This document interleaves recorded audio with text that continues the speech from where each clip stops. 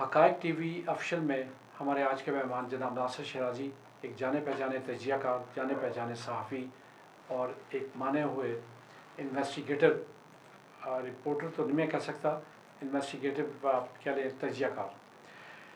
शराज साहब, एक बहुत ही अहम पॉइंट की तरफ मैं आपकी तवज्जो चाहता हूँ। मुझे यकीन है कि आप जैसे बंदे के नज़र से वो बात गुजरी होगी और आपने उस पर गौर भी किया होगा। अमेरिका में ये बड़ा शोर मचा हुआ है कि कोई 28,000 के करीब लाशें लावारिस पाई गई हैं न्यूयॉर्क में ख़ास तौर पे, जिनको दफनाना मसला बन गया, जिनका कोई किसी किस्म का निशान नहीं मिल रहा कि वो हैं कौन, उसके वालिदैन कौन है, उसकी औलाद कौन है, बीवी कौन है, बच्चा कहाँ है, वो कहाँ का था, किस नेशनलिटी का था, कुछ नहीं पता चल रहा। क्या कोरोना में इस कदर डेथ्स हुई हैं कि उन्हें ये बंदे का पता नहीं चल रहा कि कौन से हॉस्पिटल से आया, हॉस्पिटल में उसकी एंट्री क्या थी, या उसका डीएनए टेस्ट नहीं हुआ, या उसका पता नहीं चल सका। आज के दौर में पता चलाना कौन सा मुश्किल है, जबकि डॉक्यूमेंटेड है हर बंदा इस वक्त तकरीबन। तो आपकी जो इन्वेस्टिगेशन सेंस है वो क्या कहती है, ये क्या चीज़ हो सकती है? एहसान बटालवी साहब, बहुत बहुत शुक्रिया। देखिए, मैं तो रोज़े अव्वल से जिस दिन कोरोना लॉन्च हुआ या इसके बारे में पहले ही बीमार शख्स की इतला आई या पहले ही कैजुअल्टी हुई, मैं उस रोज़ से ये कह रहा हूँ कि जिस अंदाज में ये वबा फैली है, फैलाई गई है या इसको हाइप दी जा रही है, वो नेचुरल नहीं, अननेचुरल है। अब इसके पीछे लातादाद कहानियाँ हैं, और सबसे बड़ी कहानी जिस पे अक्ल यकीन करने को तैयार नहीं होती वो ये है कि अमेरिकन ज़राए ये बताते हैं कि हर रोज़ हज़ारों के हिसाब से अफराद मर रहे हैं। अमेरिका के अंदर भी, बरतानिया के अंदर भी, स्पेन, इटली और वो ममालिक जो हम प्रो अमेरिका कह सकते हैं, वहाँ पे बहुत तेज़ी से इस वबा ने लोगों को अपनी गिरफ्त में लिया है। लेकिन जिस हवाले से आपने आज का ये अहम सवाल पूछा कि वो 28,000 लाशें, इस हवाले से मैं अर्ज़ करना चाहूँगा कि मुख्तलिफ़ अदाद शुमार बयान किए जा रहे हैं मुख्तलिफ़ ज़राए से, लेकिन मुहतात अंदाजे के मुताबिक 25 से 30,000 अफराद की लाशों का जिक्र हो रहा है। न्यूयॉर्क टाइम में एक स्टोरी छपी है 2 रोज़ पहले, उनका ये क्लेम है कि ये करीबन 28,000 अफराद की लाशें हैं जिनका कुछ आगा पीछा मालूम नहीं हो रहा।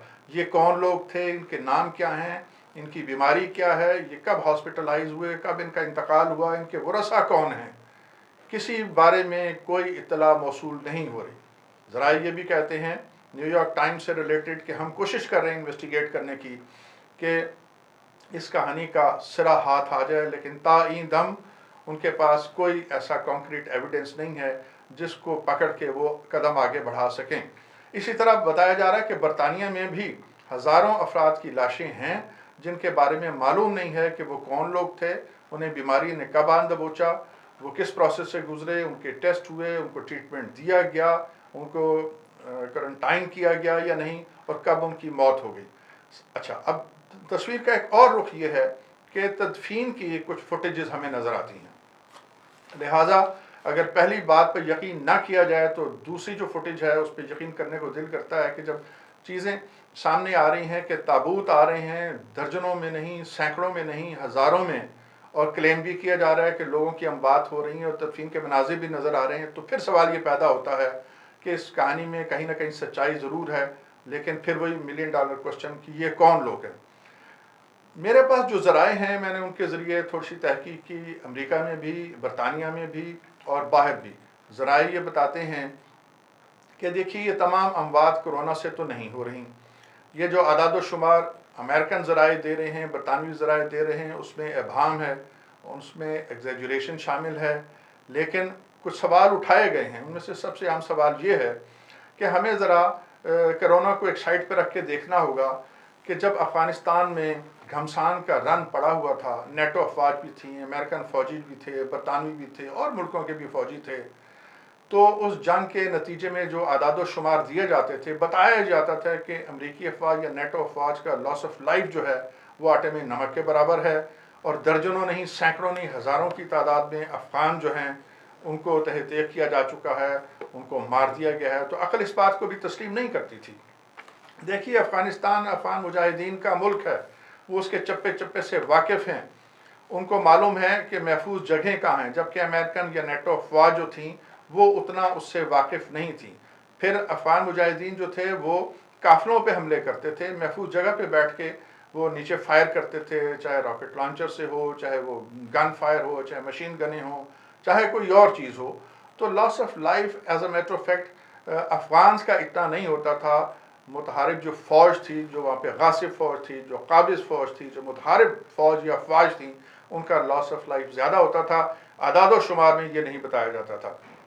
तो कुछ लोगों का ये भी कहना है कि बुनियादी तौर पे ये लाशें, ये जो कफन अब रिपोर्ट हो रहे हैं, ये बुनियादी तौर पे उन फ़ौजियों के हैं जो नेटो में थे, बरतानिया के थे या अमेरिका के थे। इनके कफन जो हैं वो स्टोरेज में रखे हुए थे। ये स्टोरेज कहाँ थे उसके बारे में भी जो लोग बता रहे हैं वो कहते हैं कि ये कोल्ड स्टोरेज जो हैं ये भारत में हो सकते हैं, जर्मनी में हो सकते हैं, लैटिन अमेरिका के किसी मुल्क में हो सकते हैं, बिल्कुल ऐसे जैसे गुआंतानामो बे बनाया गया था और वहाँ पे दुनिया जहां से कैदी पकड़ पकड़ के रखे गए।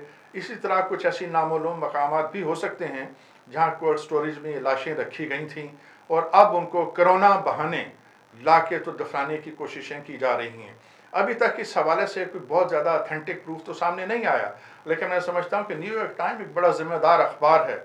उसकी स्टोरी ने अमेरिका में तहलका मचा दिया है। एक बहुत अहम सवाल है यहाँ पे, क्या ये ऐसे मौके पे जबकि कोरोना की तरफ से भी बहुत सी डेथ्स हो रही हैं, इस तरह की अगर लावारिस लाशें भी दफनाना शुरू कर दी जाए तो ये अमेरिका में मज़ीद खौफ व हरास नहीं फैल जाएगा?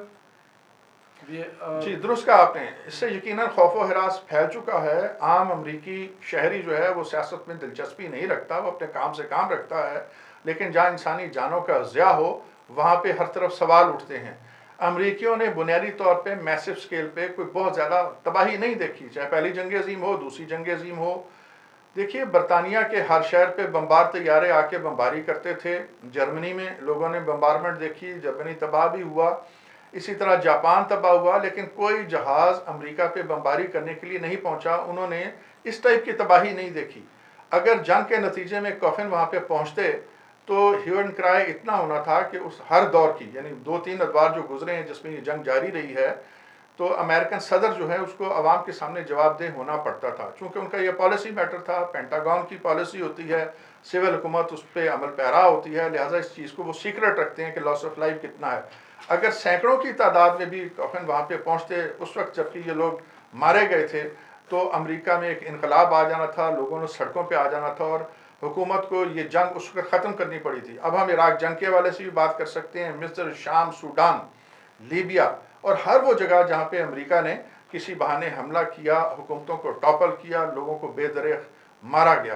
तो मैं समझता हूँ कि अब अमेरिका में चूँकि अब इंतखाबात करीब हैं, नवंबर में इंतखाब होना है और डोनाल्ड ट्रंप की हुकूमत को पता है, ट्रंप खुद भी जानते हैं कि उनकी पोजीशन बहुत ज़्यादा अच्छी नहीं है। लिहाजा उन्होंने मुनासिब समझा कि कोरोना बहाने इन लाशों को ठिकाने लगा दिया जाए। अगर ट्रंप इलेक्शन ना जीत सके तो उनके बाद जो साहब भी आएंगे वो इस घिनौने किरदार पे पर्दा नहीं डालेंगे, बल्कि खोल के सारी दुनिया के सामने रख देंगे कि किया ज़रा मुझसे पहली हुकूमतों का है।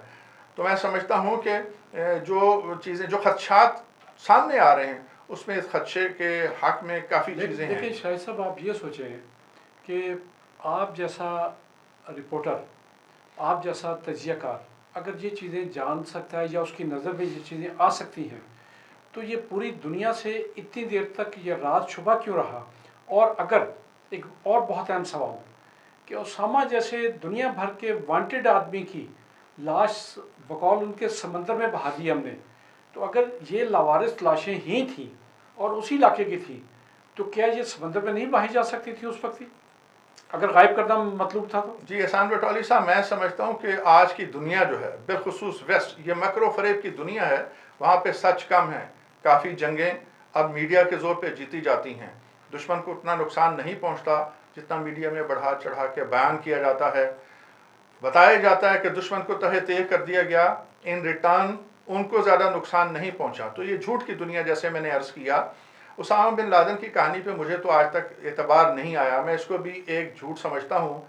अमेरिका ने ऐन मुमकिन है ये फरमाइश की हो कि अब हम इस इलाके से वाइंड अप करना चाहते हैं, लेकिन हमें एक सक्सेस स्टोरी चाहिए ताकि हम दुनिया को दिखा सकें कि इतने अरब डॉलर जो इतने सालों से हम यहाँ पे खर्च कर रहे थे, उसका आउटकम क्या था। देखिए उसामा बिन लादेन की अगर यहाँ पे प्रेजेंस होती اور انہوں نے اس کو کیپچر کر لیا ہوتا تو ان کے پوائنٹ آف ویو سے دیکھیں تو اسامہ بن لادن کی ڈیڈ باڈی ایک بہت بڑی ٹرافی تھی.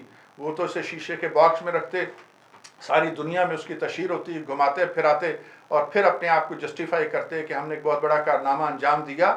اسامہ بن لادن کی لاش کو رات کے اندھیرے میں یہاں سے لے جانا, اٹھانا اور دریا برد کر دینا اس بات کی سب سے بڑی دلیل ہے کہ جھوٹ مکر و فریب کی کہانی تھی جس کو ایک خاص موڑ دے کے اور امریکہ نے اپنی ناک اپنی ساکھ بچانے کی کوشش کی. بہت شکریہ ناصر شاہد صاحب. امریکہ کے قانون سے تو آپ باخبر ہوں گے کہ ان کے ڈاکومنٹس, ان کی کوئی فائل بھی 30 سال بعد پبلک کر دی جاتی ہے, پبلک کو ایکسیس ہو جاتی ہے 30 سال کے بعد. چلیں آج نہ صحیح, یہ راز 30 سال بعد بھی تو باہر آئے گا. اس وقت لوگ پھر ناصر شاہ جی کو یاد کریں گے کہ کسی بندے نے آج سے 30 سال پہلے یہ خبر لیک کی تھی. بہت شکریہ آپ کا. اللہ حافظ.